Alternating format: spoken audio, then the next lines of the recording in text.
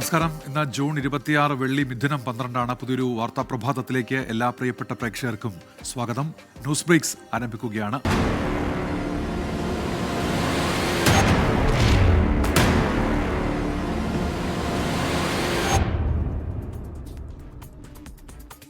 News ബ്രേക്സിലേക്ക് എല്ലാ പ്രേക്ഷകർക്കും ഒരിക്കൽ കൂടി സ്വാഗതം. വിശദമായ റിപ്പോർട്ടുകളിലേക്ക് കടക്കുകയാണ്. CMRL എക്സാലോജിക് ഇടപാടിൽ മൊഴികൾ പരിശോധിക്കാൻ ED. ഇതുവരെ പിണറായി വിജയന്റെ മകൾ വീണ ടി അടക്കം 7 പേരുടെ മൊഴിയാണ് രേഖപ്പെടുത്തിയിട്ടുള്ളത്. SFIO കുറ്റപത്രത്തിലെ രേഖകൾ അടങ്ങിയ 26,000 പേജുകളും ഇഴകീറി പരിശോധിക്കും. ഈ പരിശോധനയ്ക്ക് ശേഷമാകും വീണ ടിയെ അടുത്തയാഴ്ച ചോദ്യം ചെയ്യാൻ വിളിപ്പിക്കുക. വിവാദ ഡയറിയിലെ പേരുകൾ കേന്ദ്രീകരിച്ചുള്ള പ്രാഥമിക അന്വേഷണത്തിലേക്ക് ED ഉടൻ കടക്കുമെന്നാണ് വിവരം. വിഷ്ണു സുരേഷ് ചേരുന്നുണ്ട് ഇപ്പോൾ കൊച്ചിയിൽ നിന്ന് വിശദാംശങ്ങളുമായി. Vishnu, good morning. ഇനി എന്താണ് EDയുടെ അടുത്ത നീക്കം വിഷ്ണു?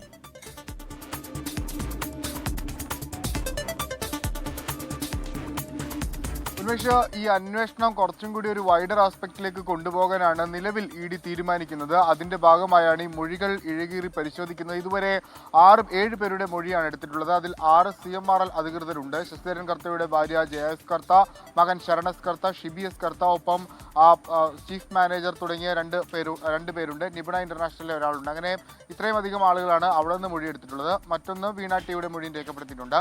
ഈ മൊഴികൾ പരസ്പരം താരതമ്യം ചെയ്ത് പരിശോധിക്കാനുള്ള നീക്കത്തിലേക്ക് ED കടക്കുന്നു. ഒപ്പം SFIO റിപ്പോർട്ടുമായി ബന്ധപ്പെട്ട് അതിന്റെ അനുബന്ധ രേഖകൾ 134 രേഖകൾ EDക്ക് ലഭിച്ചിട്ടുണ്ട്. 26,000-ഓളം പേജ് ഉണ്ടെന്നാണ് നമുക്ക് മനസ്സിലാവുന്നത്. അങ്ങനെയാണെങ്കിൽ ആ 26,000 പേജിലെ വിവരങ്ങൾ അത് ഇഴകീറി പരിശോധിക്കാനുള്ള നീക്കത്തിലേക്കും ED കടക്കുകയാണ്. അതിനുശേഷമായിരിക്കും ഒരുപക്ഷെ വീണയെ വിളിപ്പിക്കുക. അത്തരം സന്ദേശമാണ്. എപ്പോൾ വിളിച്ചാലും ഹാജരാകാനായിട്ട് വീണയ്ക്ക് നിർദ്ദേശം നൽകിയിട്ടുണ്ട്. കഴിഞ്ഞ തവണയൊക്കെ ഒരു ഡേറ്റ് പറയുകയാണെങ്കിൽ ഇത്തവണ എപ്പോൾ വിളിച്ചാലും, ഇപ്പോൾ ഇന്നാണ് വിളിക്കുന്നതെങ്കിൽ ഇന്ന് തന്നെ ഹാജരാകാനായിട്ടുള്ള നിർദ്ദേശവും നൽകിയിട്ടുണ്ട്. മറ്റൊരു പ്രധാനപ്പെട്ട കാര്യം, ഈ വിഷയം ഉയർന്നു വന്ന ഘട്ടത്തിൽ ഒരു ഡയറി, വിവാദ ഡയറി ശശിധരൻ കർത്തയുടെ ഓഫീസിൽ നിന്ന് കണ്ടെത്തിയിരുന്നു. ആ ഡയറിയിൽ രാഷ്ട്രീയ നേതാക്കളുടെ അടക്കം പേരുണ്ടായിരുന്നു. ഈ 192 കോടി രൂപയുടെ കള്ളക്കണക്ക് CMRL ഇൻകം ടാക്സ് വെട്ടിക്കുന്നതിന് വേണ്ടി കാണിച്ചു എന്നുള്ളതായിരുന്നു പ്രധാനപ്പെട്ട പരാതി. അതിൽ നിന്ന് ഈ രാഷ്ട്രീയ നേതാക്കൾക്ക് പണം പോയിട്ടുണ്ടെന്നാണ് മനസ്സിലാകുന്നത്. അതുകൊണ്ട് ആ രീതിയിലേക്കുള്ള അന്വേഷണത്തിലേക്കും എൻഫോഴ്സ്മെന്റ് ഡയറക്ടറേറ്റ് കടക്കുകയാണ്. അതായത് ഞാൻ നേരത്തെ സൂചിപ്പിച്ച കുറച്ചുകൂടി വൈഡർ ആസ്പെക്റ്റിലേക്ക് കടക്കുന്നു. ഒപ്പം വീണയുടെ കരാറുമായി ബന്ധപ്പെട്ടുള്ള ചില സംശയങ്ങൾ ഇപ്പോഴും EDക്ക് നിലനിൽക്കുകയാണ്. ഇന്നലെ 9 മണിക്കൂർ വീണയെ ചോദ്യം ചെയ്തിരുന്നു. അതിന് മുൻപും 9 മണിക്കൂർ ചോദ്യം ചെയ്തിരുന്നു. വീണ്ടും വിളിപ്പിക്കാനുള്ള നീക്കത്തിലേക്ക് പോകുന്നു. വളരെ ശക്തമായി തന്നെ അന്വേഷണം മുന്നോട്ട് പോവുകയാണ്. ആദ്യഘട്ട കുറ്റപത്രം ഒരുപക്ഷെ ഒരു 3 മാസത്തിനുള്ളിൽ തന്നെ സമർപ്പിക്കാനാകും എന്ന പ്രതീക്ഷയാണ് ED പങ്കുവെക്കുന്നത്. ഉന്മേഷം. ശരി, വിഷ്ണു സുരേഷാണ് കൊച്ചിയിൽ നിന്ന് വാർത്തയുടെ വിശദാംശങ്ങൾ നൽകിയത്. പ്രതിപക്ഷ നേതാവ് പിണറായി വിജയന്റെ വീട്ടിലെ റെയ്ഡ് കഴിഞ്ഞ് മടങ്ങിയ എൻഫോഴ്സ്മെന്റ് ഡയറക്ടറേറ്റ് ഉദ്യോഗസ്ഥരെ ആക്രമിച്ച കേസിൽ സ്പെഷ്യൽ പബ്ലിക് പ്രോസിക്യൂട്ടറെ നിയമിക്കുന്നത് സംബന്ധിച്ച സർക്കാർ ഉടൻ തീരുമാനമെടുക്കും. കേസിലെ 9ാം പ്രതിക്ക് ജാമ്യം ലഭിച്ചതിന് പിന്നാലെ EDയും കേസിൽ കക്ഷി ചേർന്നിരുന്നു. പ്രോസിക്യൂട്ടറുടെ വീഴ്ചയിൽ പ്രതിക്ക് ജാമ്യം ലഭിച്ചു എന്നാണ് പോലീസിന്റെ നിലപാട്. Prosecutor T. ഗീനാകുമാരിയെ മാറ്റണമെന്നും പോലീസ് നിലപാടെടുത്തു. നിലവിൽ ജാമ്യം ലഭിച്ച പ്രതിയുടെ ജാമ്യം റദ്ദാക്കാനുള്ള നീക്കങ്ങളും പോലീസ് ആരംഭിച്ചിട്ടുണ്ട്. തിരുവനന്തപുരം കോർപ്പറേഷനിലെ സംഘർഷത്തിൽ കേസ് LDF കൌൺസിലർ സിന്ധുവിന്റെ പരാതിയിലാണ് കേസ് രജിസ്റ്റർ ചെയ്തത്. ഇതിൽ 10 പേരാണ് പ്രതികൾ. Mayor VV Rajesh, deputy mayor Ashanath ഉൾപ്പെടെയുള്ളവർ പ്രതിപട്ടികയിലുണ്ട്. BJP കൌൺസിലർ ശ്രുതിയുടെ പരാതിയിലാണ് രണ്ടാമത്തെ കേസ്. SP ദീപക്, ശ്രീകുമാർ, വഞ്ചൂർ ബാബു എന്നിവരും കേസിൽ പ്രതികളാണ്. ജിബിൻ JB ആണ് വിശദാംശങ്ങളുമായി ഇപ്പോൾ ചേരുന്നത് തിരുവനന്തപുരത്ത് നിന്ന്. Jibin, good morning. ഇന്നലെ കയ്യാങ്കളിയിലേക്ക് എത്തിയിരുന്നു കാര്യങ്ങൾ തിരുവനന്തപുരം കോർപ്പറേഷനിൽ. ഇതിപ്പോൾ എത്ര കേസാണ് ജിബിൻ? ഉന്മേഷ് ആൻഡ് ആസിദ, സമാനതകളില്ലാത്ത ഒരു സംഘർഷമാണ് കഴിഞ്ഞ ദിവസം തിരുവനന്തപുരം നഗരസഭയുടെ മുന്നിലുണ്ടായത്. അകത്തും പുറത്തുമായി വലിയ രീതിയിലുള്ള സംഘർഷമുണ്ടായി. ഇതിന്റെയൊക്കെ അടിസ്ഥാനത്തിൽ തിരുവനന്തപുരം നഗരസഭയിലെ മേയർ VV രാജേഷ്, അതുപോലെ തന്നെ ഡെപ്യൂട്ടി മേയർ ആശാനാഥ് ഉൾപ്പെടെ 4 BJPയുടെ കൗൺസിലർമാരും അതുപോലെ തന്നെ LDFന്റെ 6 കൗൺസിലർമാർക്കും വലിയ രീതിയിലുള്ള പരിക്കേറ്റിരുന്നു. ഇവരെല്ലാം തന്നെ തിരുവനന്തപുരത്തെ വിവിധ ആശുപത്രികളിലെ ചികിത്സയിലാണ്. ഇതിന്റെ അടിസ്ഥാനത്തിലാണ് കഴിഞ്ഞ ദിവസം തന്നെ BJP കൗൺസിലറും അതുപോലെ തന്നെ LDFന്റെ കൗൺസിലറും പോലീസിൽ പരാതി നൽകിയത്. ഈ പരാതിയിലാണ് ഇപ്പോൾ കേസ് രജിസ്റ്റർ ചെയ്തിരിക്കുന്നത്. അതിൽ LDF കൗൺസിലർ സിന്ധുവിന്റെ പരാതിയിലാണ് ആദ്യം നൽകിയ പരാതി. ഈ പരാതിയിലാണ് 10 പ്രതികൾ, അതായത് 10 BJP കൗൺസിലർമാരെ മർദ്ദിച്ചു എന്ന് ആരോപിച്ചുകൊണ്ടാണ് BJP കൗൺസിലർമാർ മർദ്ദിച്ചു എന്ന് ആരോപിച്ചുകൊണ്ടാണ് LDFന്റെ കൗൺസിലറായിട്ടുള്ള സിന്ധു പരാതി നൽകിയിരുന്നത്. ഈ കേസിലാണ് കേസ് രജിസ്റ്റർ ചെയ്ത മേയർ VV രാജേഷ്, അതുപോലെ തന്നെ ഡെപ്യൂട്ടി മേയർ ആശാനാഥ് ഉൾപ്പെടെയുള്ള 10 കൗൺസിലർമാർക്കെതിരെ കേസ് രജിസ്റ്റർ ചെയ്തിരിക്കുന്നത്. രണ്ടാമത്തെ കേസ് രജിസ്റ്റർ ചെയ്തിരിക്കുന്നത് BJP കൗൺസിലറായ ശ്രുതിയുടെ പരാതിയിലാണ്. ഈ പരാതിയിലും പോലീസ് പ്രതികൾ ചേർത്തിട്ടുണ്ട്. SP ദീപക്, ശ്രീകുമാർ, വഞ്ചൂർ ബാബു ഉൾപ്പെടെ 5 പ്രതികളെയാണ് ഈ കേസിലും രജിസ്റ്റർ ചെയ്തിരിക്കുന്നത്. ആകെ 2 കേസുകളാണ് പോലീസിന് ലഭിച്ചത്, കണ്ടോൺമെന്റ് പോലീസിന് മ്യൂണിസിപ്പൽ പോലീസിന് ലഭിച്ചിരുന്നത്. ഇതിന്റെ കാരണമെന്ന് പറയുന്നത് ഈ BJP കൗൺസിലറായിട്ടുള്ള സുഗതന്റെ രാജി ആവശ്യപ്പെട്ടുകൊണ്ട് കഴിഞ്ഞ കുറച്ച് ദിവസങ്ങളായി LDF കൗൺസിലർമാരുടെ നേതൃത്വത്തിൽ റിലേ സത്യാഗ്രഹം തിരുവനന്തപുരം നഗരസഭയുടെ മുന്നിൽ നടത്തിവരികയായിരുന്നു. അതിനിടയിലാണ് 20 നഗരസഭാ കൗൺസിലർമാരുടെ സത്യപ്രതിജ്ഞ കൂടി റദ്ദാക്കണമെന്നുള്ള ഹൈക്കോടതി വിധി വന്നത്. ഇതിന്റെയൊക്കെ അടിസ്ഥാനത്തിലാണ് വലിയ രീതിയിലുള്ള ഒരു പ്രതിഷേധം LDFന്റെ ഭാഗത്തു നിന്നുണ്ടായത്. കഴിഞ്ഞ ദിവസം രാവിലെയോടുകൂടി മേയർ VV രാജേഷും ഡെപ്യൂട്ടി മേയർ ആശാനാഥ് ഉൾപ്പെടെയുള്ളവർ ഓഫീസിലേക്ക് കയറാൻ ശ്രമിക്കുന്നതിനിടെയാണ് സത്യപ്രതിജ്ഞാ ലംഘനം നടത്തിയവർ അകത്തേക്ക് കയറേണ്ട എന്ന് പറഞ്ഞുകൊണ്ട് LDF കൗൺസിലർമാർ ഇവരെ തടയുന്ന ഒരു സാഹചര്യം ഉണ്ടായത്. ഇതിനിടയിലാണ് കൗൺസിലർമാർ തമ്മിൽ വലിയ രീതിയിലുള്ള ഒരു സംഘർഷം കയ്യാങ്കളിയിലേക്ക് പോകുന്ന സാഹചര്യം ഉണ്ടായത്. ഇതിൽ മേയർക്കും ഡെപ്യൂട്ടി മേയർക്കും ഉൾപ്പെടെ വലിയ രീതിയിലുള്ള പരിക്കേൽക്കുകയും തിരുവനന്തപുരത്തെ വിവിധ ആശുപത്രിയിൽ ചികിത്സ തേടുകയും ചെയ്തിരുന്നു.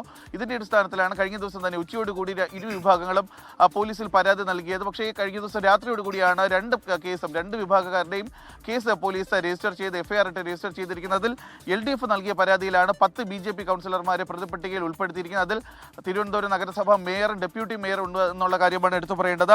BJP കൗൺസിലറുടെ പരാതിയിലും പോലീസ് കേസെടുത്തിരിക്കുകയാണ്.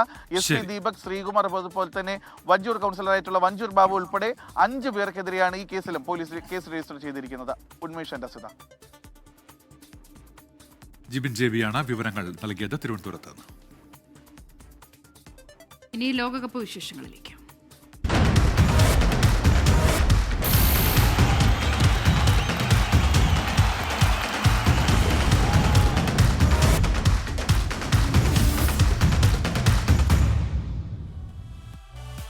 ഫുട്ബോൾ ലോകകപ്പിൽ മുൻ ചാമ്പ്യന്മാരായ ജർമ്മനി വീഴ്ത്തി ഇക്വഡോർ. 1 ഗോളിന് പിന്നിൽ നിന്ന ശേഷം മടങ്ങി വന്നാണ് ഇക്വഡോറിന്റെ അട്ടിമറി. തോറ്റെങ്കിലും ഗോൾ ശരാശരിയുടെ വ്യത്യാസത്തിൽ 6 പോയിന്റുമായി ജർമ്മനി ഗ്രൂപ്പ് ഇ ചാമ്പ്യന്മാരായി നോക്കൌട്ടിന് യോഗ്യത നേടി.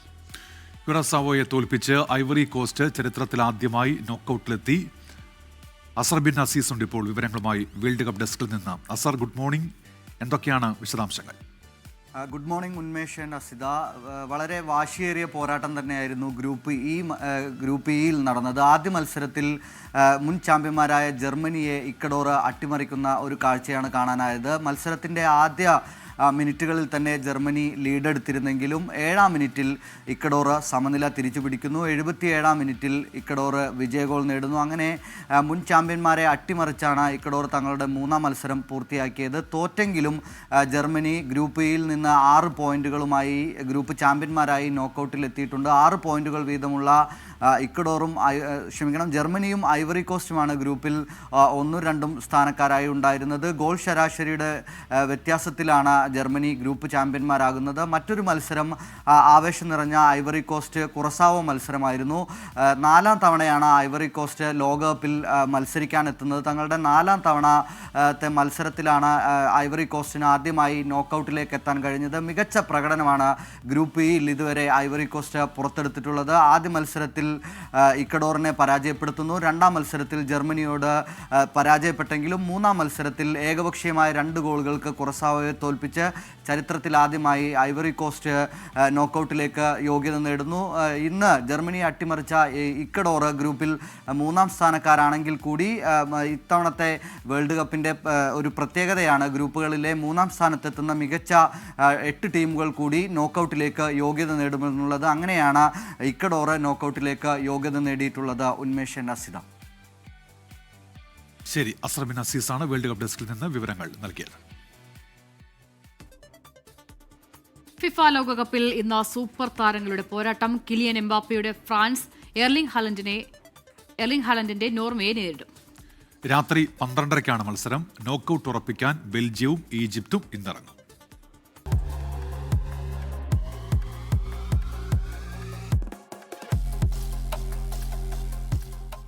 കിലിയൻ എംബപ്പെ, എർലിംഗ് ഹാലൻഡ് ലോക ഫുട്ബോളിലെ ഗോളടി യന്ത്രങ്ങൾ. രണ്ടുപേരും മുഖാമുഖം വരുമ്പോൾ ആരാധകർക്ക് ആവേശം കൂടും. ഗ്രൂപ്പ് ഐയിൽ ഇതിനോടകം നോക്കൌട്ട് ഉറപ്പിച്ച രണ്ടുപേരുടെയും ലക്ഷ്യം സമ്പൂർണ്ണ ജയം.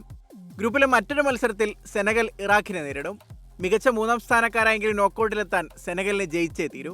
2 മത്സരങ്ങളും രാത്രി 12:30. ആദ്യ മത്സരത്തിന്റെ ക്ഷീണം സൗദിക്കെതിരെ തീർത്താണ് സ്പെയിന്റെ വരവ്.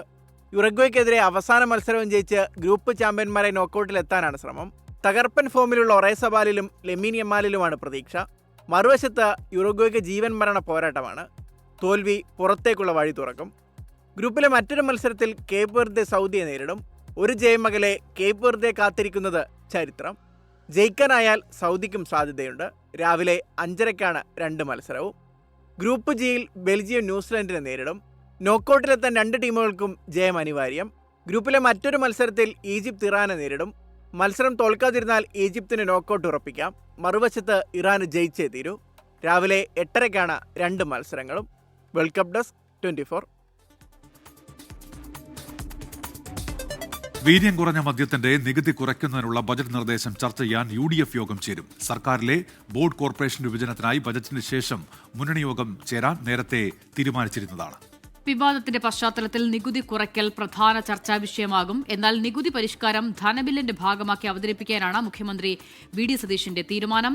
ജിബിൻ JB തിരുവനന്തപുരത്ത് നിന്ന് വിവരങ്ങൾ നൽകാനായി ചേരുകയാണ്. ജിബിൻ, ഇതിനോടകം തന്നെ വലിയ വിവാദമായി മാറിയിട്ടുണ്ട് ഈ വിഷയം. മുന്നണിക്കകത്ത് വ്യത്യസ്ത അഭിപ്രായമുണ്ട് എന്നത് വ്യക്തവുമാണ്. മുഖ്യമന്ത്രി എന്ത് നിലപാടെടുക്കുമെന്നുള്ളത് പ്രധാനമാണ്. എല്ലാ വിഷയത്തിലും മുഖ്യമന്ത്രിയുടെ മേളിൽ മാത്രം ഉത്തരവാദിത്തം ചുരുങ്ങുന്ന മുഖ്യമന്ത്രി മാത്രം മറുപടി പറയേണ്ട സാഹചര്യത്തിലേക്ക് കാര്യങ്ങൾ മാറുന്നതിനിടയിൽ കൂടിയാണല്ലോ ഈ യോഗം.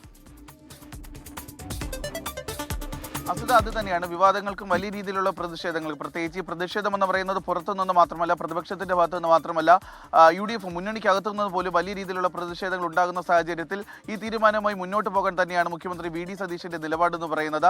എന്തായാലും ഈ വീര്യം കുറഞ്ഞ മദ്യത്തിന്റെ നികുതി പരിഷ്കരിക്കുന്നതുമായി ബന്ധപ്പെട്ടുള്ള കാര്യങ്ങൾ ചർച്ച ചെയ്യുന്നതിന് വേണ്ടി അടിയന്തരമായി UDF യോഗം ചേരാനിരിക്കുകയാണ്. UDF കൺവീനർ അടൂർ പ്രകാശിന്റെ ആരോഗ്യ പ്രശ്നങ്ങൾ കാരണമാണ് ഇതിന്റെ ഡേറ്റ് നീണ്ടു പൊക്കൊണ്ടിരിക്കുന്നത്. നേരത്തെ തന്നെ ഈ കോർപ്പറേഷൻ അതുപോലെ തന്നെ മറ്റ് ബോർഡ് ഇതിലേക്ക് വിഭജനത്തിന്റെ ഭാഗമായി UDF യോഗം ചേരാൻ തീരുമാനിച്ചിരുന്നുവെങ്കിൽ പോലും UDF കൺവീനറിന്റെ അനാരോഗ്യം കാരണമാണ് ഇത് ചേരാൻ സാധിക്കാത്തത്. എന്തായാലും അടിയന്തരമായി തന്നെ UDFന്റെ അടിയന്തര യോഗം ചേരാനുള്ള ഒരു തീരുമാനത്തിലേക്കാണ് ഇപ്പോൾ എത്തിയിരിക്കുന്നത്. ഇതിൽ ആദ്യത്തെ പ്രധാന വിഷയമായി തന്നെ ഇക്കാര്യം ചർച്ച ചെയ്യും. കാരണം വീര്യം കുറഞ്ഞ മദ്യത്തിന്റെ നികുതി കുറയ്ക്കുന്നതുമായി ബന്ധപ്പെട്ട് വലിയ രീതിയിലുള്ള വിമർശനങ്ങളാണ് മുഖ്യമന്ത്രി VD സതീശൻ നേരിടേണ്ടി വന്നത്. കോൺഗ്രസിന്റെ അകത്തു നിന്നും UDFന്റെ ഭാഗത്ത് നിന്ന് UDFന്റെ വിവിധ മുന്നണികൾ തന്നെ ഇതിനോടകം തന്നെ ഇതിൽ അതൃപ്തി അറിയിക്കുകയും ചെയ്തിട്ടുണ്ട്. മുസ്ലിം ലീഗിന്റെ ഭാഗത്തു നിന്നുകൂടി ഇപ്പോൾ വലിയ രീതിയിലുള്ള ഒരു പ്രതിഷേധമാണ് ഇക്കാര്യത്തിൽ വരികയും ചെയ്തിട്ടുള്ളത്. അതുകൊണ്ട് തന്നെ മുഖ്യമന്ത്രി VD സതീശൻ ഇത് ധനകാര്യ ബില്ലിന്റെ ഭാഗമാക്കി അവതരിപ്പിച്ചുകൊണ്ട് മുന്നോട്ട് പോകാനുള്ള ഒരു തീരുമാനത്തിലാണ് മുഖ്യമന്ത്രി നിലപാടെടുത്തിരിക്കുകയും ചെയ്യുന്നത്. എന്തായാലും വലിയ രീതിയിലുള്ള വിമർശനങ്ങൾക്കിടയിലും ഇക്കാര്യങ്ങൾ ചർച്ച ചെയ്യുന്നതിന് വേണ്ടിയിട്ടുള്ള UDF യോഗം അടിയന്തരമായി ചേരുകയാണ്. അതിൽ ആയിരിക്കും മുഖ്യമന്ത്രി എന്തുകൊണ്ടാണ് ഇത്തരത്തിൽ ഈ വീര്യം കുറഞ്ഞ മദ്യത്തിന്റെ നികുതി കുറച്ചത്, അതുമായി മുന്നോട്ട് പോകാനുള്ള തീരുമാനം എന്തുകൊണ്ടാണ് എന്നുള്ള കാര്യം അദ്ദേഹം അതിൽ വിശദീകരിക്കുമെന്ന് തന്നെയാണ് ഇപ്പോൾ അറിയാൻ സാധിക്കുന്നത്. കാരണം കഴിഞ്ഞ ദിവസം ബഡ്ജറ്റിന് ശേഷമുള്ള ചർച്ചയിൽ മറുപടി പ്രസംഗത്തിൽ പോലും മുഖ്യമന്ത്രി ഇതുമായി ബന്ധപ്പെട്ട് കൂടുതൽ കാര്യങ്ങൾ വിശദീകരിക്കാൻ തയ്യാറായിരുന്നില്ല.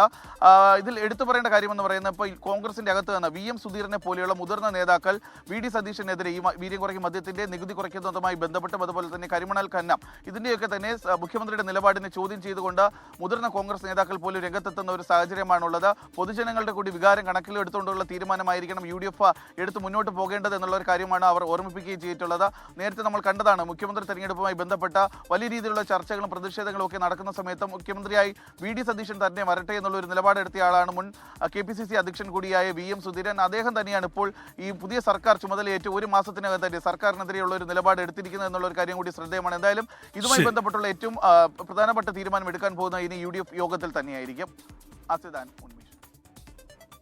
ജിബിൻ JB ആണ് തിരുവനന്തപുരത്ത് വിവരങ്ങൾ നൽകിയത്. അടുത്ത വാർത്ത ഇടുക്കിയിൽ നിന്നാണ്. ഇടുക്കി അണക്കര ഗവൺമെന്റ് ഹൈസ്കൂളിൽ 7ാം ക്ലാസ്സുകാരൻ അധ്യാപകൻ മർദ്ദിച്ചെന്ന് പരാതി. ചൂരൽ കൊണ്ടടിച്ചെന്നും മുട്ടിൽ നിർത്തിച്ച് കാലിൽ ചവിട്ടിയെന്നും പരാതി. കുട്ടിയുടെ മൊഴിയുടെ അടിസ്ഥാനത്തിൽ അധ്യാപകൻ ശിവകുമാറിനെതിരെ വണ്ടൻമേട് പോലീസ് അന്വേഷണം ആരംഭിച്ചു. സംഭവത്തിൽ അന്വേഷണം നടത്തുകയാണെന്ന് സ്കൂൾ അധികൃതരും പ്രതികരിച്ചു. സാറ് ഇവിടെ എല്ലായിടത്തിലും അടിച്ചു. കാത് നല്ല ചവിട്ടിനടിച്ച് അടിച്ചു. അതിലാകുമ്പോൾ തെറി വിളിച്ചു. ഇത് പിടിച്ച് ഇത് കാലിൽ മിതിച്ചു. അതിലാകുമ്പോൾ എനിക്ക് തെറി നല്ലതായിട്ട് ഇത് അച്ഛൻ്റെ എല്ലാം പറഞ്ഞു. ഇത് മുടിയിൽ ഒരു ഇത് വീണു, தூசி விழும்போது அது வந்து தொட்டு விட்டதுக்கு எவனோ പറഞ്ഞു விட்டு சார் நக்கல் அடித்ததுன்னு வந்து சார் நல்லாயிட்டு அடிச்சு. இது இப்போ இங்கே பிடிச்சிக்கிட்டு நல்லா கம்பு உடைய அடிச்சுட்டு இனியொரு கம்பு எடுத்து அடிச்சுட்டு நான் முட்டிக்கடை வச்சு இவரை வந்து மிதிச்சுட்டு அடுத்து வந்து செவுளில் அடித்த பிறகு அடுத்து வந்து சார் வந்து அம்மாக்கு விழிச்சோம். அம்மா வந்து என்ன பண்ணுங்க, எனக்கு இங்கே வலிக்குது, இங்கே எல்லாம் ரொம்ப வலிக்குது, நடக்க முடியல, இந்த காலை இந்த ஒன்றுமே செய்ய முடியல, இந்த காலை அசைக்க கூட முடியல, தலை ரொம்ப வலிக்குது. എന്റെ കുഞ്ഞ് എന്നവോ എടുത്തുന്നേ അറിയുന്നില്ല. ഇങ്ങനെ ഓർത്തിരിച്ച് ഈ സാറ് വിട്ടാ ഞാൻ എന്നെ ചെയ്യുന്നത്? എന്റെ കെട്ടിവേ മയാതെ 2 കുഞ്ഞുങ്ങൾ വെച്ച് ഞാൻ ജീവിക്കുന്നത്.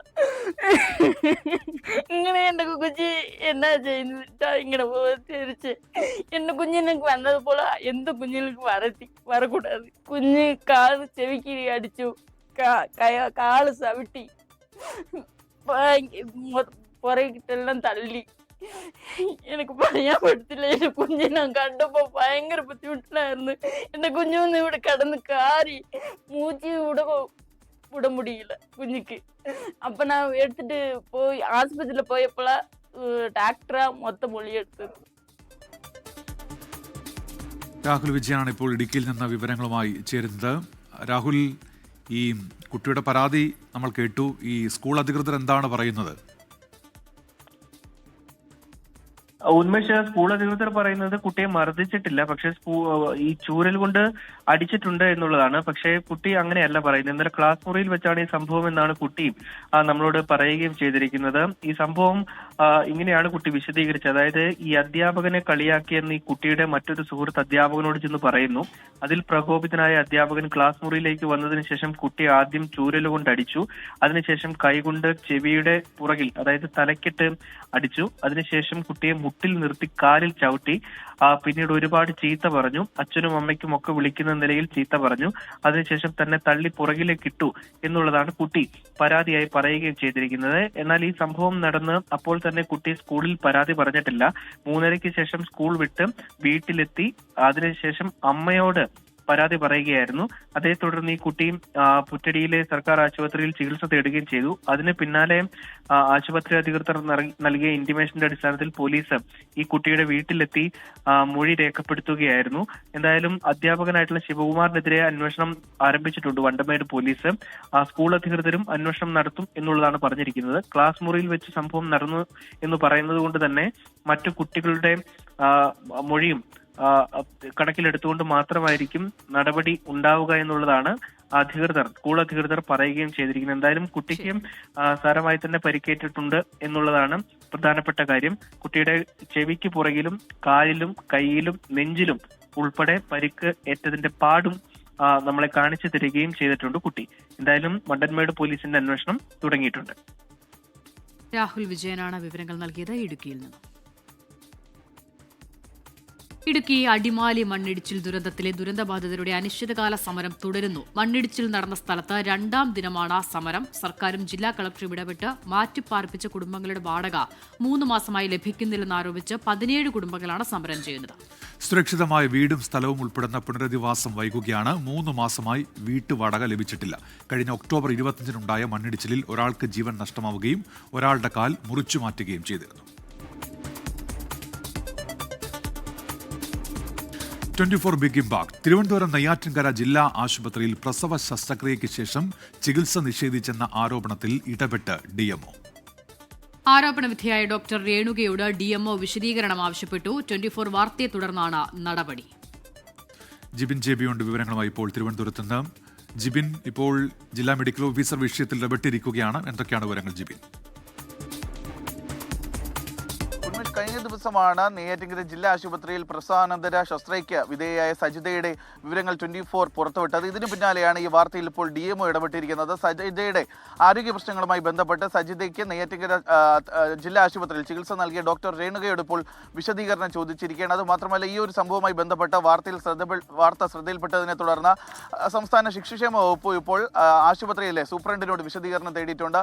കഴിഞ്ഞ ഫെബ്രുവരി 6-ാം തീയതിയാണ് സജിത പ്രസവാനന്തര ശസ്ത്രക്രിയയ്ക്ക് നെയ്യാറ്റിൻകര ജില്ലാ ആശുപത്രിയിൽ വിധേയായത്. ഇതിന് പിന്നാലെയാണ് വലിയ രീതിയിലുള്ള ആരോഗ്യ പ്രശ്നങ്ങൾ ഇവർക്കുണ്ടായത്.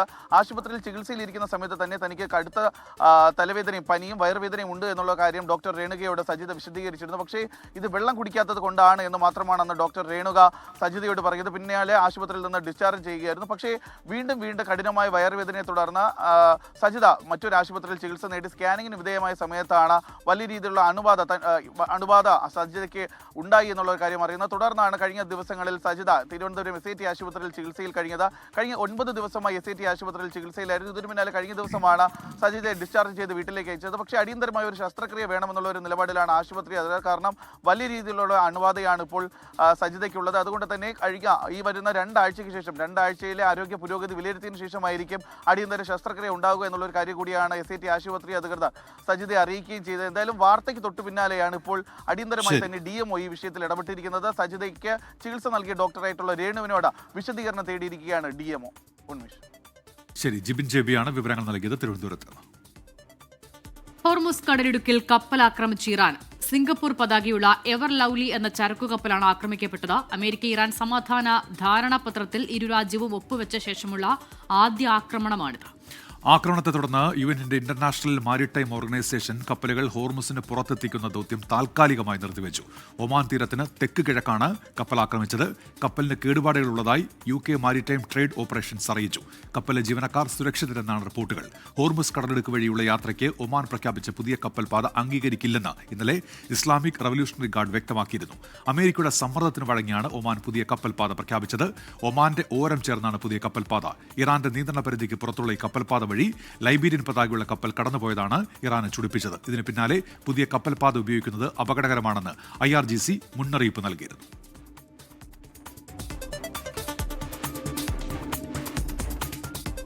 അയോധ്യ രാമക്ഷേത്രത്തിലെ സംഭാവന തട്ടിപ്പിൽ ഇന്ന് കൂടുതൽ അറസ്റ്റ് ഉണ്ടായേക്കും.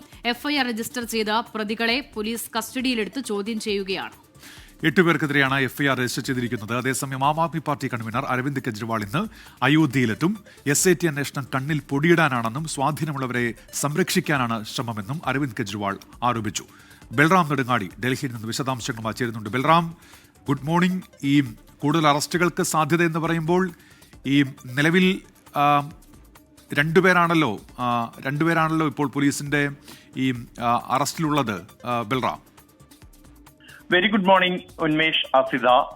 അയോധ്യ രാമക്ഷേത്രത്തിലെ സംഭാവന തട്ടിപ്പുമായി ബന്ധപ്പെട്ട് 8 പേർക്കെതിരെ SIT FIR രജിസ്റ്റർ ചെയ്തിട്ടുണ്ട്. ഇതിൽ 2 പേരുടെ അറസ്റ്റാണ് നിലവിൽ രേഖപ്പെടുത്തിയിരിക്കുന്നത്. അതിൽ FIR രജിസ്റ്റർ ചെയ്ത 8 പേരെയും കഴിഞ്ഞ ദിവസം തന്നെ പോലീസ് സ്റ്റേഷനിലേക്ക് വിളിച്ചു വരുത്തി ചോദ്യം ചെയ്തു വരികയാണ്. അതിനിടെയാണ് 2 പേരുടെ അറസ്റ്റ് രേഖപ്പെടുത്തിയിരിക്കുന്നത്. മറ്റുള്ളവരുടെ അറസ്റ്റ് കൂടി രേഖപ്പെടുത്താൻ എന്ന വിവരമാണ് പുറത്തു വരുന്നത്. കാരണം ഈ SITയുടെ റിപ്പോർട്ട് സമർപ്പിച്ച ശേഷം മുഖ്യമന്ത്രി യോഗി ആദിത്യനാഥുമായി ആശയവിനിമയം നടത്തിയിരുന്നു. അദ്ദേഹം യാത്രയിലാണ് ഉണ്ടായിരുന്നത്. അതിനിടെയാണ് തുടർ നടപടികൾ സ്വീകരിക്കാനുള്ള നിർദ്ദേശം അദ്ദേഹം നൽകിയത്. തൊട്ടു പിന്നാലെയാണ് 2 പ്രതികളുടെ അറസ്റ്റ് രേഖപ്പെടുത്തിയിരിക്കുന്നത്. മറ്റുള്ളവരെ വിശദമായി തന്നെ ചോദ്യം ചെയ്തു വരികയാണ്. കൂടുതൽ അറസ്റ്റുകൾ ഉണ്ടായിരിക്കും എന്ന വിവരം ആണ് ഈ SIT വൃത്തങ്ങളിൽ നിന്നും ലഭിക്കുന്നത്. ഇതോടൊപ്പം തന്നെ FIR-മായി ബന്ധപ്പെട്ട കൂടുതൽ നടപടികളിലേക്ക് കടക്കും എന്നും ആണ് ലഭ്യമാകുന്ന വിവരം. നിലവിൽ അറസ്റ്റിലായിരിക്കുന്നത് ലവ്കുഷ് മിശ്ര, ഒപ്പം തന്നെ അനുകൽപ് മിശ്ര എന്നീ 2 പേരെയാണ്. ഇവരെ കൂടാതെ ഈ ട്രസ്റ്റിന്റെ ജനറൽ സെക്രട്ടറി, ഒപ്പം തന്നെ VHP ഉപാധ്യക്ഷനുമായ ചമ്പത് റായ്ക്ക് എതിരെ FIR ഉണ്ടായേക്കുമെന്നുള്ള റിപ്പോർട്ടുകൾ കഴിഞ്ഞ ദിവസം ഉണ്ടായിരുന്നു. എന്നാൽ FIR-ൽ അദ്ദേഹത്തിന്റെ പേര് ഉൾപ്പെടുത്തിയിട്ടില്ല. അതിനെതിരെ രാഷ്ട്രീയ വിമർശനങ്ങളും ഉയർന്നു കഴിഞ്ഞിരിക്കുന്നു. കോൺഗ്രസ് ഈ വിഷയത്തിൽ ശക്തമായ പ്രതികരണവുമായി രംഗത്തെത്തിയിട്ടുണ്ട്. കാരണം ഈ നിലവിൽ ഇപ്പോൾ കസ്റ്റഡിയിലുള്ള ആളുകൾ, ഈ FIR-ൽ പേര് ചേർക്കപ്പെട്ട ആളുകൾ, അവർ പലരും ചമ്പത് റായുമായി അടുത്ത ബന്ധമുള്ളവരാണ്. അദ്ദേഹത്തിന്റെ ഡ്രൈവർ അടക്കമുള്ളവർ ഇപ്പോൾ ഈ FIR-ൽ പേര് ഉൾപ്പെട്ടവരിൽ ഉൾപ്പെടുന്നുണ്ട്. അതുകൊണ്ട് തന്നെ ഈ ചമ്പത് റായ്ക്ക് ഇതിൽ പങ്കുണ്ട് എന്നത് വ്യക്തമാണ്. എങ്കിലും ഇതിൽ സ്വാധീനമുള്ളവരെ രക്ഷപ്പെടുത്താനുള്ള സഹായിക്കുകയാണ് ഈ അന്വേഷണമെന്നും, ഒപ്പം തന്നെ ഈ അന്വേഷണം പൂർണ്ണമായും സുതാര്യമല്ല എന്നുമുള്ള ആരോപണവുമായി കോൺഗ്രസ് രംഗത്തെത്തിയിട്ടുണ്ട്. ഒപ്പം തന്നെ ആം ആദ്മി പാർട്ടി കൺവീനർ അരവിന്ദ് കെജ്രിവാൾ കൂടി ഇന്ന് അയോധ്യയിൽ എത്തുകയാണ്. ശക്തമായ ആരോപണവുമായി അദ്ദേഹവും രംഗത്തെത്തിയിരിക്കുന്നു. കൂടുതൽ രാഷ്ട്രീയമായി കൂടി ഈ കേസ് ശ്രദ്ധ നേടുകയാണ്. ഉന്മേഷ്, അസിത. ബൽറാം നെടുങ്ങാടിയാണ് ഡൽഹിയിൽ നിന്ന് വാർത്തയുടെ വിശദാംശങ്ങൾ നൽകിയത്. നിപയിൽ ആശ്വാസം. കോഴിക്കോട് നിപ റിപ്പോർട്ട് ചെയ്ത് 2 ആഴ്ച പിന്നിടുമ്പോൾ പുതിയ രോഗബാധിതരില്ലെന്ന് ആരോഗ്യവകുപ്പ് അറിയിച്ചു. അതേസമയം നിപ ബാധിച്ച രോഗി കോഴിക്കോട് മെഡിക്കൽ കോളേജ് ആശുപത്രിയിൽ വെന്റിലേറ്ററിൽ ചികിത്സയിൽ തുടരുകയാണ്. പ്രതിരോധ പ്രവർത്തനങ്ങൾ ഊർജിതമായി നടക്കുന്നുവെന്ന് ആരോഗ്യവകുപ്പ് പറയുമ്പോഴും രോഗ ഉറവിടത്തിന്റെ കാര്യത്തിൽ അവ്യക്തത തുടരുകയാണ്. ദിലീഷ തിലകൻ കോഴിക്കോട് വിവരങ്ങളുമായി ചേരുന്നുണ്ട്. Dileesha, good morning. വിവരങ്ങൾ എന്തൊക്കെയാണ്?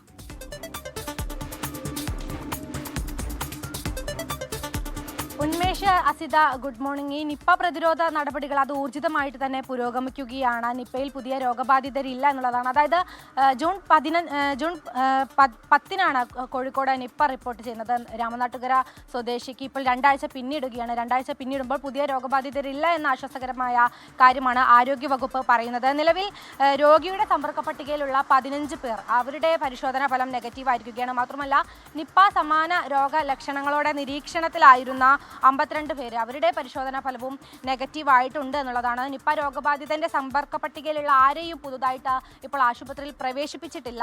മാത്രമല്ല ഉയർന്ന റിസ്ക് വിഭാഗത്തിൽപ്പെട്ട 4 പേർ അവർ ക്വാറന്റൈനിൽ തുടരുകയാണ്.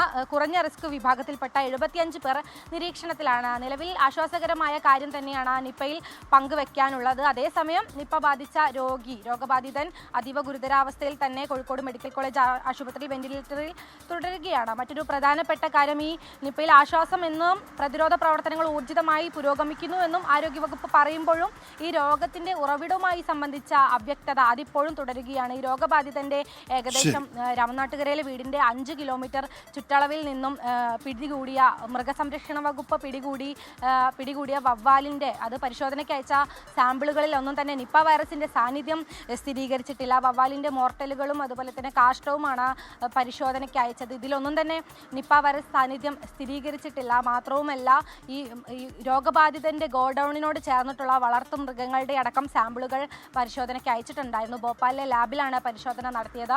ഈ എല്ലാ പരിശോധനാ ഫലവും നെഗറ്റീവ് ആണ് എന്ന് തന്നെയാണ് ആരോഗ്യവകുപ്പും മൃഗസംരക്ഷണ വകുപ്പും അറിയിക്കുന്നത്. അതുകൊണ്ട് തന്നെ ഈ രോഗ ഉറവിടം തേടിയുള്ള കൂടുതൽ പരിശോധനകൾ പുരോഗമിക്കുന്നതായിരിക്കും. ഭരണപ്രതിസന്ധിയിലായ തിരുവനന്തപുരം കോർപ്പറേഷനിൽ കൗൺസിലർ ആർ സുഗതന്റെ കാപ്പ കേസ് നീക്കാൻ ഹൈക്കോടതിയെ സമീപിക്കാനൊരുങ്ങി BJP ഭരണസമിതി. കാപ്പ ഉപദേശക സമിതിയുടെ നിലപാട് അറിഞ്ഞ ശേഷമായിരിക്കും ഹൈക്കോടതിയെ സമീപിക്കുക.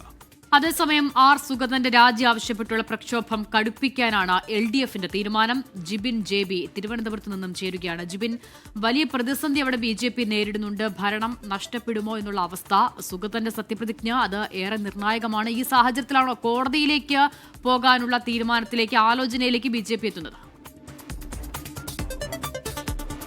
അസുഖ തന്നെയാണ്. കാരണം ഭരണം നഷ്ടപ്പെടാതിരിക്കാനുള്ള ശ്രമങ്ങളാണ് BJP ഇപ്പോൾ നടത്തിക്കൊണ്ടിരിക്കുന്നത്. BJP കൗൺസിലറായിട്ടുള്ള സുഗതനെയാണ് കാപ്പ ചുമത്തി അറസ്റ്റ് ചെയ്തപ്പോൾ ജയിലിൽ കഴിയുന്നത്. സുഗതൻ കൂടി ഉണ്ടെങ്കിൽ മാത്രമേ ഭരണം നിലനിർത്താൻ, കാരണം കേവല ഭൂരിപക്ഷം മാത്രമാണ് തിരുവനന്തപുരം കോർപ്പറേഷൻ ഭരിക്കുന്ന BJPക്കുള്ളത്. അതുകൊണ്ട് തന്നെ സുഗനെ തിരികെ കൊണ്ടുവന്ന് സത്യപ്രതിജ്ഞ ചെയ്യുക എന്നുള്ളത് BJPയെ സംബന്ധിച്ച് ഏറ്റവും അനിവാര്യമാണ്. അതുകൊണ്ട് തന്നെയാണ് ഇത് സംബന്ധിച്ച് ഇപ്പോൾ ജയിലിൽ കഴിയുന്ന സുഗതന്റെ ശിക്ഷ ലഘൂകരിക്കുന്നതിന് വേണ്ടി കാപ്പ ഉപദേശക സമിതിയെ ഇപ്പോൾ BJP സമീപിച്ചിരിക്കുന്നത്. ഇവരുടെ നിലപാട് അറിഞ്ഞ ശേഷമായിരിക്കും ഇതുമായി ബന്ധപ്പെട്ടുള്ള നിയമ നടപടികൾക്ക് ഹൈക്കോടതിയെ സമീപിക്കാൻ ഇപ്പോൾ ഒരുങ്ങുകയാണ് BJP. കാരണം സുഗതനെ അതിവേഗം തന്നെ തിരികെ കൊണ്ടുവന്ന് ഏതെങ്കിലും വിധേയത്തിൽ സത്യപ്രതിജ്ഞ ചെയ്യിപ്പിക്കുക എന്നുള്ള ഒരു ഒറ്റ ലക്ഷ്യം മാത്രമേ BJPക്കുള്ളൂ. അതുകൊണ്ട് തന്നെയാണ് നിയമ പോരാട്ടത്തിലേക്ക് ഇപ്പോൾ BJP കടക്കാൻ ഒരുങ്ങുകയും ചെയ്തിട്ടുള്ളത്. നിലവിൽ അവർ സമീപിച്ചിരിക്കുന്നത് കാപ്പ ഉപദേശക സമിതിയെയാണ്. കാപ്പ ഉപദേശക സമിതി ഇത് പഠിച്ച അവരിൽ നിന്ന് ലഭിക്കുന്ന വിവരത്തിന്റെ അടിസ്ഥാനത്തിലായിരിക്കും ഹൈക്കോടതിയിലേക്ക് പോവുക. കാപ്പ ഉപദേശക സമിതിയിൽ നിന്ന് അനിവാര്യമായിട്ടുള്ള അല്ലെങ്കിൽ BJP ആഗ്രഹിക്കുന്ന തരത്തിലുള്ള ഒരു നിലപാട് അവരുടെ ഭാഗത്ത് നിന്ന് ഉണ്ടായില്ല എന്നുണ്ടെങ്കിൽ ഇതുമായി ബന്ധപ്പെട്ടുകൊണ്ട് കാപ്പ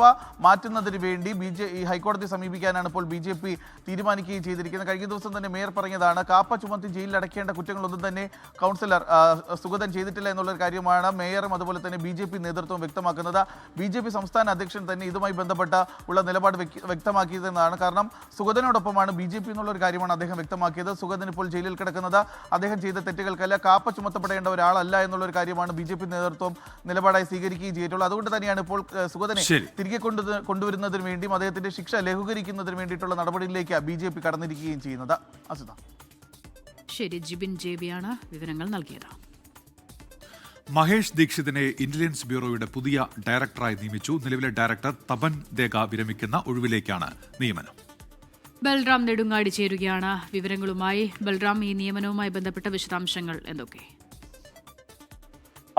ഉന്മേഷ്, മഹേഷ് ദീക്ഷിതിനെ ഇന്റലിജൻസ് ബ്യൂറോയുടെ പുതിയ ഡയറക്ടറായി നിയമിച്ചിരിക്കുകയാണ്. 1993 ബാച്ച് IPS ഉദ്യോഗസ്ഥനാണ് അദ്ദേഹം. നിലവിൽ ഇന്റലിജൻസ് ബ്യൂറോയുടെ സ്പെഷ്യൽ ഡയറക്ടറായി പ്രവർത്തിച്ച് വരികയാണ്. നിലവിലെ ഡയറക്ടർ തപൻ ദേക്ക വിരമിക്കുന്ന ഒഴിവിലേക്കാണ് ഇദ്ദേഹത്തിന്റെ നിയമനം. കഴിഞ്ഞ 4 വർഷമായി തപൻ ദേക്ക ഇന്റലിജൻസ് ബ്യൂറോയുടെ ഡയറക്ടറായി സേവനമനുഷ്ഠിച്ച് വരികയാണ്. ഈ ആന്ധ്രാപ്രദേശ് കേഡർ ഉദ്യോഗസ്ഥനായ മഹേഷ് ദീക്ഷിത് തന്റെ സേവനത്തിന്റെ വലിയ കാലയളവ് പ്രവർത്തിച്ചത് ഇന്റലിജൻസ് ബ്യൂറോയിലാണ്. 26 വർഷത്തിലധികമായി അദ്ദേഹം ഇന്റലിജൻസ് ബ്യൂറോയിൽ സേവനമനുഷ്ഠിച്ച് വരികയാണ്. അതിൽ തന്നെ ഏറ്റവും കൂടുതൽ കാലം അദ്ദേഹം പ്രവർത്തിച്ചിരിക്കുന്നത് ജമ്മു കശ്മീരിലാണ്. ജമ്മു കശ്മീരിൽ 2 ഘട്ടങ്ങളിൽ, നിർണായകമായ ഘട്ടങ്ങളിൽ അദ്ദേഹം സേവനമനുഷ്ഠിച്ചിട്ടുണ്ട്. 2009-നും 2012-നും ഇടയ്ക്ക് ഈ സുരക്ഷാ സേനയ്ക്ക് നേരെ ഏറ്റവും രൂക്ഷമായ തോതിൽ ആക്രമണങ്ങൾ ഉണ്ടായിരുന്ന ഘട്ടത്തിൽ അദ്ദേഹം ജമ്മു കശ്മീരിൽ സേവനമനുഷ്ഠിച്ചിരുന്നു. ഒപ്പം തന്നെ ഈ അനുച്ഛേദം 370 പിൻവലിച്ച ശേഷമുള്ള കാലയളവിൽ 2020-നും 2025-നും ഇടയിലുള്ള കാലഘട്ടത്തിലും അദ്ദേഹം ജമ്മു കശ്മീരിൽ സേവനം അനുഷ്ഠിച്ചിട്ടുണ്ട്. ഇത്തരത്തിൽ തന്ത്രപ്രധാനമായ മേഖലയിൽ നിർണായകമായ കൂടുതൽ കാലം സേവനമനുഷ്ഠിച്ച അനുഭവ പരിചയമുള്ള ഒരു ഡയറക്ടറെയാണ് ഇന്റലിജൻസ് ബ്യൂറോയ്ക്ക് ലഭിച്ചിരിക്കുന്നത്. അത് ഏജൻസിയുടെ പ്രവർത്തനത്തിന് ഏറെ ഗുണം ചെയ്യപ്പെടും എന്നാണ് വിലയിരുത്തുന്നത്. ഇദ്ദേഹത്തെ നിയമിച്ചുകൊണ്ടുള്ള ഉത്തരവ് ഇന്നലെ വൈകിട്ടോടുകൂടിയാണ് കേന്ദ്ര പേഴ്സണൽ മന്ത്രാലയം മന്ത്രിസഭാ സമിതിയുടെ അംഗീകാരത്തോടെ പുറത്തിറക്കിയത്. ശരി, ബൽറാം നെടുങ്ങാടിയാണ് വിവരങ്ങൾ നൽകിയത് ഡൽഹിയിൽ നിന്ന്. ലഹരിക്കെതിരായ ഓപ്പറേഷൻ തൂഫാൻ ദിനാർക്കോ ഹണ്ടിന്റെ മുൻനിര പോരാളികളാകാൻ വിദ്യാർത്ഥികളും രംഗത്ത്. കാസർഗോഡ് നഗരസഭാ സ്റ്റേഡിയത്തിൽ നടന്ന ബോധവൽക്കരണ പരിപാടിയിൽ ലഹരിക്കെതിരെ കുട്ടികൾ ദീപശിഖ തെളിയിച്ചു.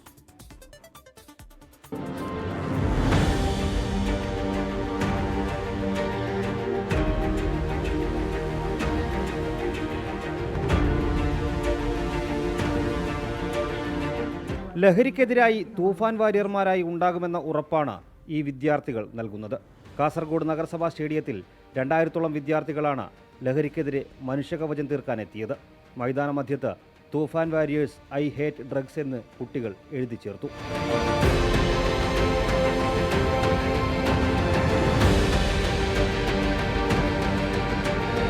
ഞാൻ ഒരിക്കലും മയക്കുമരുന്ന് പോലുള്ള ജനപ്രതിനിധികൾ ലഹരി വിരുദ്ധ സന്ദേശം നൽകി.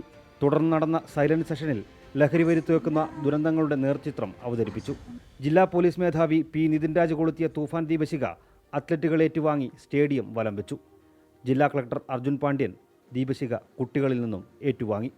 ജില്ലാ കളക്ടറുടെയും ജില്ലാ പോലീസ് മേധാവിയുടെയും നേതൃത്വത്തിൽ ഗ്രൗണ്ടിൽ അണിനിരന്ന കുട്ടികളോട് ലഹരിക്ക് മുൻപിൽ സ്വപ്നങ്ങൾ തകർക്കാൻ തയ്യാറാണോ എന്ന ചോദ്യത്തിന് ഇല്ല എന്ന വിദ്യാർത്ഥികൾ ഉറക്കെ മറുപടി നൽകി. ലഹരി നിങ്ങളിൽ നിന്ന് നിങ്ങളുടെ സ്വാതന്ത്ര്യം കവർന്നെടുക്കുവാൻ നിങ്ങൾ അനുവദിക്കുമോ? ഈ തെളിച്ചം, ഈ വ്യക്തത തീർച്ചയായിട്ടും ഇനിയുള്ള ജീവിതത്തിലും നിങ്ങൾക്ക് മുന്നോട്ട് കൊണ്ടുപോകാൻ വേണ്ടി കഴിയട്ടെ. ലഹരിയെ പ്രതിരോധിക്കുന്ന മനുഷ്യരൂപങ്ങളും കുട്ടികൾ സൃഷ്ടിച്ചു. തൂഫാൻ വാരിയേഴ്സ് ആണെന്ന് പ്രഖ്യാപിച്ചാണ് കുട്ടികൾ മടങ്ങിയത്.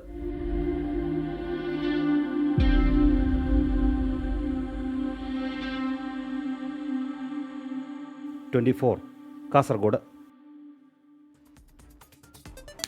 ലഹരിയുടെ വേരറുക്കാനുള്ള operation Toofan the narco hunt തുടങ്ങി 1 മാസം തികയുന്നതിന് മുൻപേ 3910 കേസുകളാണ് സംസ്ഥാനത്താകെ രജിസ്റ്റർ ചെയ്തത്.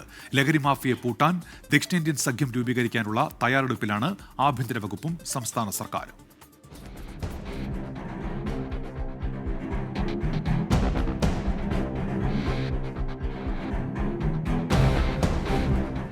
Operation Toofan the narco hunt പദ്ധതിയുടെ ഉദ്ഘാടനം ജൂൺ 2-ന്. ഇതുവരെ രജിസ്റ്റർ ചെയ്തത് 3910 കേസുകൾ. കേസുകളിലാകെ 4201 അറസ്റ്റുകൾ. ഇതുവരെ പിടിച്ചെടുത്തത് 1932.44 കിലോഗ്രാം MDMA, കഞ്ചാവ് 339.01 കിലോഗ്രാം. കഴിഞ്ഞ ഒരു ദിവസം മാത്രം 120 കേസുകളിൽ നിന്നായി 131 പേരെ അറസ്റ്റ് ചെയ്തു. പുതിയ ഒരു പദ്ധതി ആരംഭിക്കുകയാണ്. ആ പദ്ധതി operation Toofan the narco hunt എന്ന പേരിൽ ഒരു പദ്ധതി കേരള പോലീസ് ആരംഭിക്കുകയാണ്. ലഹരി മാഫിയയുടെ വേരിറക്കാനായി കേരള പോലീസ് ആരംഭിച്ച പുതിയ പദ്ധതിയാണ് operation Toofan the narco hunt. വിദ്യാഭ്യാസം, ആരോഗ്യം, എക്സൈസ് എന്നീ വകുപ്പുകളുടെ സഹകരണത്തോടെ സംയുക്തമായാണ് പദ്ധതി നടപ്പിലാക്കുന്നത്.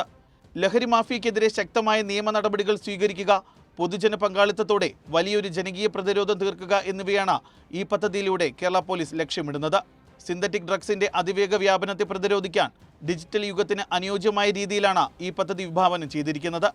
ലഹരി മാഫിയകൾക്ക് നിയമത്തിന്റെ കർക്കശമായ മുന്നറിയിപ്പ് നൽകുന്നതിനോടൊപ്പം സാധാരണക്കാർക്ക് പൂർണ്ണ സുരക്ഷിതത്വ ബോധം ഉറപ്പിക്കാനും ഈ പദ്ധതി ലക്ഷ്യമിടുന്നു. രമേശ് ചെന്നിത്തല ദീർഘവീക്ഷണത്തോടെ മുന്നോട്ട് വെച്ച ഈ പദ്ധതിയിൽ 24-നും അഭിമാനമുണ്ട്. കാരണം ഞങ്ങൾ മുന്നോട്ട് വെച്ച ഒരു മഹാലക്ഷ്യം പൂർത്തിയാക്കാൻ സർക്കാർ സംവിധാനങ്ങൾ തന്നെ മുന്നിട്ടിറങ്ങി. 24 chief editor R Sreekandan Nair Parassala മുതൽ കാസർഗോഡ് വരെ നടത്തിയ SKN40 ലഹരി വിരുദ്ധ യാത്ര ഓപ്പറേഷൻ തൂഫാൻ എന്ന പദ്ധതിക്ക് കാരണമായതിൽ ഞങ്ങൾ അഭിമാനിക്കുന്നു. SKN നടത്തിയ പോരാട്ടം നമുക്കെല്ലാവർക്കും മാതൃകയായി. ആ പോരാട്ടത്തിൽ നിന്നാണ് ഞാൻ ഈ പരിപാടി ആലോചിച്ചത്. നമ്മളെല്ലാവരും ഒരുമിച്ച് നിൽക്കണം. ഈ നാടിനെ തകർക്കുന്ന ലഹരിക്കെതിരായി ഒരുമിച്ച് നിൽക്കണം. സംസ്ഥാനത്തെ ലഹരിമരുന്ന് വ്യാപനത്തിൽ നിന്ന് മുക്തമാക്കുന്നതിനും മയക്കുമരുന്ന് കടത്ത് ശൃംഖലകളുടെ അടിവേരിറക്കാനും കേരള സർക്കാർ നടപ്പാക്കുന്ന ഓപ്പറേഷൻ തൂഫാൻ കൂടുതൽ ശക്തമാക്കുന്നതിന്റെ ഭാഗമായി അയൽ സംസ്ഥാനങ്ങളുമായി സംയുക്ത പ്രവർത്തനം ശക്തിപ്പെടുത്താൻ മുഖ്യമന്ത്രി വി.ഡി. സതീശൻ കർണാടക, തമിഴ്നാട്, പുതുച്ചേരി മുഖ്യമന്ത്രിമാർക്ക് ഇതിനോടകം തന്നെ കത്തയച്ചിട്ടുണ്ട്. സംസ്ഥാനത്തെ ലഹരി മാഫിയെ അമർച്ച ചെയ്യുന്നതിനായി കേരള എക്സൈസ് വകുപ്പ് ഊർജിതമായി നടപ്പാക്കി വരുന്ന പ്രത്യേക പരിശോധനയും ലഹരി വിരുദ്ധ ക്യാമ്പയിനുമായ ഓപ്പറേഷൻ തണ്ടറും ഇതിനോടകം തന്നെ സജീവമായി മുന്നോട്ട് പോകുന്നുണ്ട്. ജിബിൻ JB, 24, തിരുവനന്തപുരം. ലഹരിക്കെതിരായ നടപടികൾ സ്വീകരിക്കാൻ നാർക്കോ കോർഡിനേഷൻ സെന്ററിന്റെ 10ാമത് യോഗം ഇന്ന് ഡൽഹിയിൽ ചേരും. കേന്ദ്ര ആഭ്യന്തരമന്ത്രി അമിത്ഷായുടെ അധ്യക്ഷതയിലാണ് യോഗം. അടുത്ത 3 വർഷത്തിനിടെ ലഹരി മാഫിയെ പിഴുതെറിയാനുള്ള കർമ്മ പദ്ധതി അവതരിപ്പിക്കും. നർക്കോട്ടിക്സ് വിഷൻ ഡോക്യുമെന്റ് പുറത്തിറക്കും. രാജ്യവ്യാപകമായി പുതിയ ഡേറ്റാബേസും ജില്ലാടിസ്ഥാനത്തിൽ പ്രത്യേക നിരീക്ഷണവും നടപ്പാക്കും. സംസ്ഥാന ഇന്റലിജൻസ് ബ്യൂറോകളിൽ ലഹരി വിരുദ്ധ പ്രവർത്തനങ്ങൾക്കായി പ്രത്യേക വിഭാഗം രൂപീകരിക്കും. ഇതിനു പുറമെ കേസുകൾ വേഗത്തിൽ തീർപ്പാക്കാൻ രാജ്യത്ത് കൂടുതൽ NDPS കോടതികൾ സ്ഥാപിക്കുമെന്നും കേന്ദ്രം വ്യക്തമാക്കി.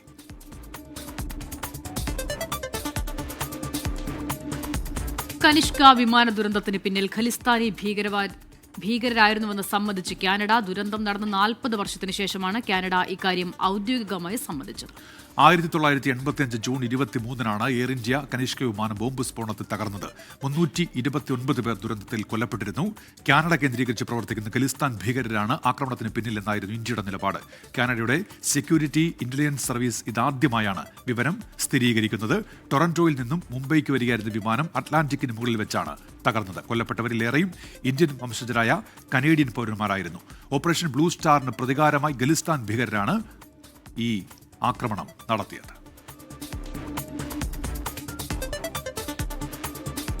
എറണാകുളം കോതമംഗലത്ത് ജനവാസ മേഖലയിൽ ഇറങ്ങിയ ആനയ്ക്ക് റേഡിയോ കോളർ ഘടിപ്പിച്ചു. ആനയ്ക്ക് അവശതയുള്ളതിനാൽ ഇന്നും നിരീക്ഷണം തുടരും. ആനയുടെ വായുഭാഗത്ത് കണ്ടെത്തിയ മുറിവിൽ മരുന്ന് വെച്ച് കെട്ടിയിട്ടുണ്ട്. ജനവാസ മേഖലകളായ വടക്കുംഭാഗം, വെറ്റിലപ്പാറ, കുളങ്ങാട്ടുകുഴി ഭാഗങ്ങളിലാണ് ആന എത്താറുള്ളത്. റേഡിയോ കോളർ ഉള്ളതിനാൽ ഈ പ്രദേശത്തേക്ക് എത്തിയാൽ ഉടൻ RRTക്ക് ആനയെ തുരത്താൻ കഴിയും. കാട്ടാന ശല്യം കൂടിയതോടെ ആനകളെ പിടികൂടി കോടനാട് പരിപാലന കേന്ദ്രത്തിലേക്ക് മാറ്റണമെന്ന ആവശ്യത്തിൽ ഉറച്ചു നിൽക്കുകയാണ് നാട്ടുകാർ.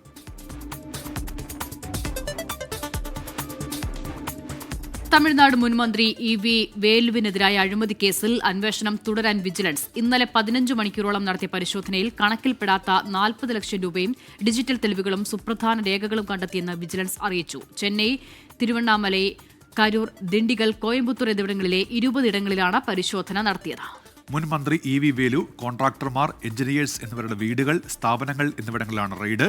EV വേലു ഉൾപ്പെടെ 11 പേർക്കെതിരെയാണ് ചെന്നൈ ആസ്ഥാനമായ അരപ്പൂർ ഇയക്കം പരാതി നൽകിയത്. കേരളത്തിലെ തെരഞ്ഞെടുപ്പ് പരാജയം അവലോകനം ചെയ്യുന്ന CPIMന്റെ നിർണായക പോളിറ്റ് ബ്യൂറോ യോഗം ഡൽഹിയിൽ ചേരും. തെരഞ്ഞെടുപ്പ് അവലോകനത്തിനായി അടുത്ത മാസം 2ാം വാരം ചേരുന്ന കേന്ദ്ര കമ്മിറ്റി യോഗത്തിന്റെ അജണ്ട തയ്യാറാക്കാനാണ് പോളിറ്റ് ബ്യൂറോ യോഗം ചേരുന്നത്.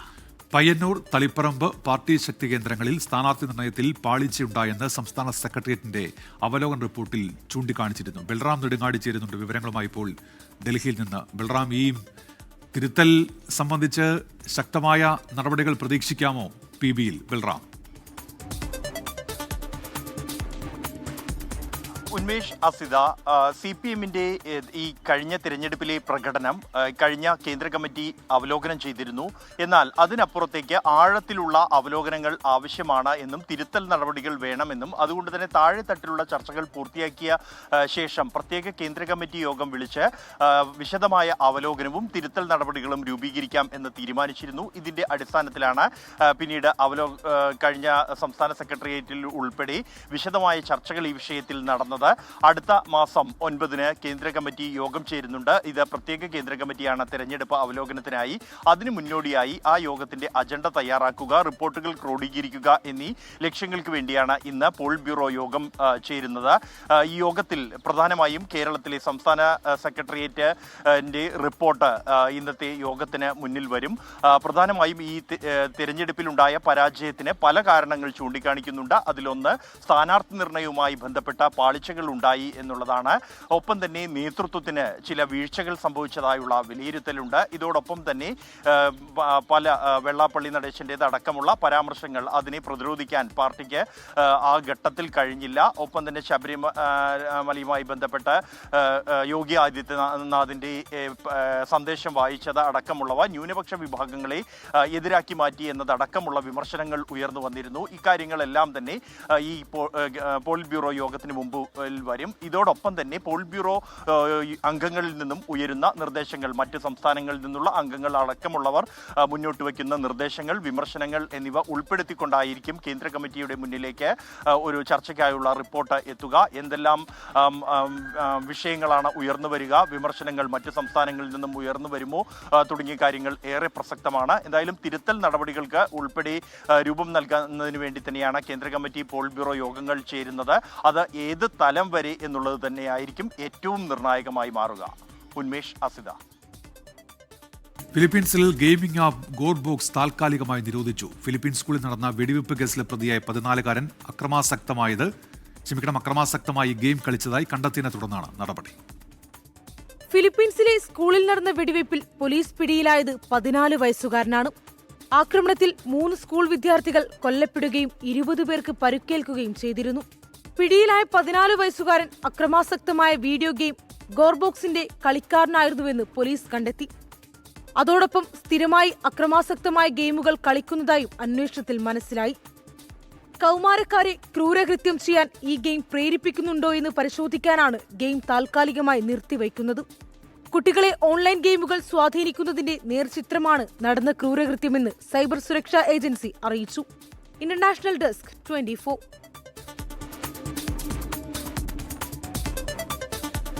ഖത്തറിലെ റാസ് ലഫാൻ വ്യവസായ കേന്ദ്രത്തിലുണ്ടായ സ്ഫോടനത്തിൽ മരിച്ച കോഴിക്കോട് വടകര തൂണേരി സ്വദേശി അർജുന്റെ മൃതദേഹം വീട്ടിലെത്തിച്ചു. മൃതദേഹം രാവിലെ 8 മണിക്ക് വീട്ടുവളപ്പിൽ സംസ്കരിക്കും.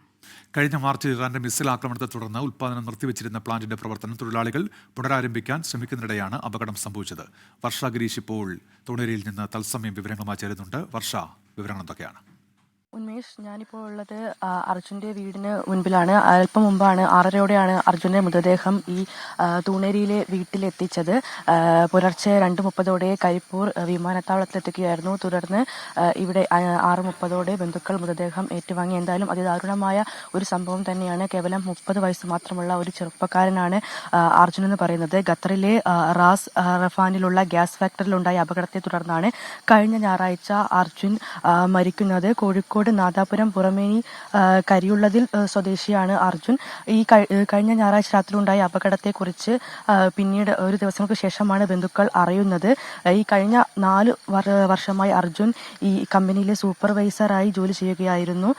ഈ ഒരു അപകടത്തിൽ 13 പേരാണ് മരിച്ചിട്ടുള്ളത്. അതിൽ 12 ഇന്ത്യക്കാരാണുള്ളത്, ഒരു പാകിസ്ഥാനും. ഈ 12 ഇന്ത്യക്കാരിൽ ഒരാളാണ് മലയാളിയായിട്ടുള്ള അർജുൻ. 66 പേർക്ക് പരിക്കുമേറ്റിരുന്നു. എന്തായാലും വളരെ ദാരുണമായ സംഭവം തന്നെയാണ്. 6 മാസങ്ങൾക്ക് മുമ്പാണ് ലീവ് കഴിഞ്ഞ് അർജുൻ ഖത്തറിലേക്ക് മടങ്ങിയത്.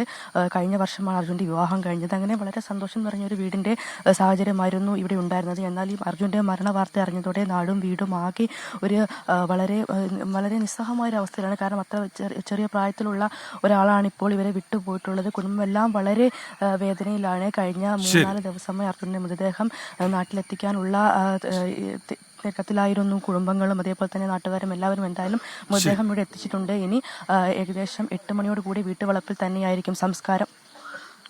ശരി, വർഷ ഗിരീഷാണ് തൂണേരിയിൽ നിന്ന് വിവരങ്ങൾ നൽകിയത്. ന്യൂസ് ബ്രേക്സ് ഇതോടെ പൂർണ്ണമാകുകയാണ്.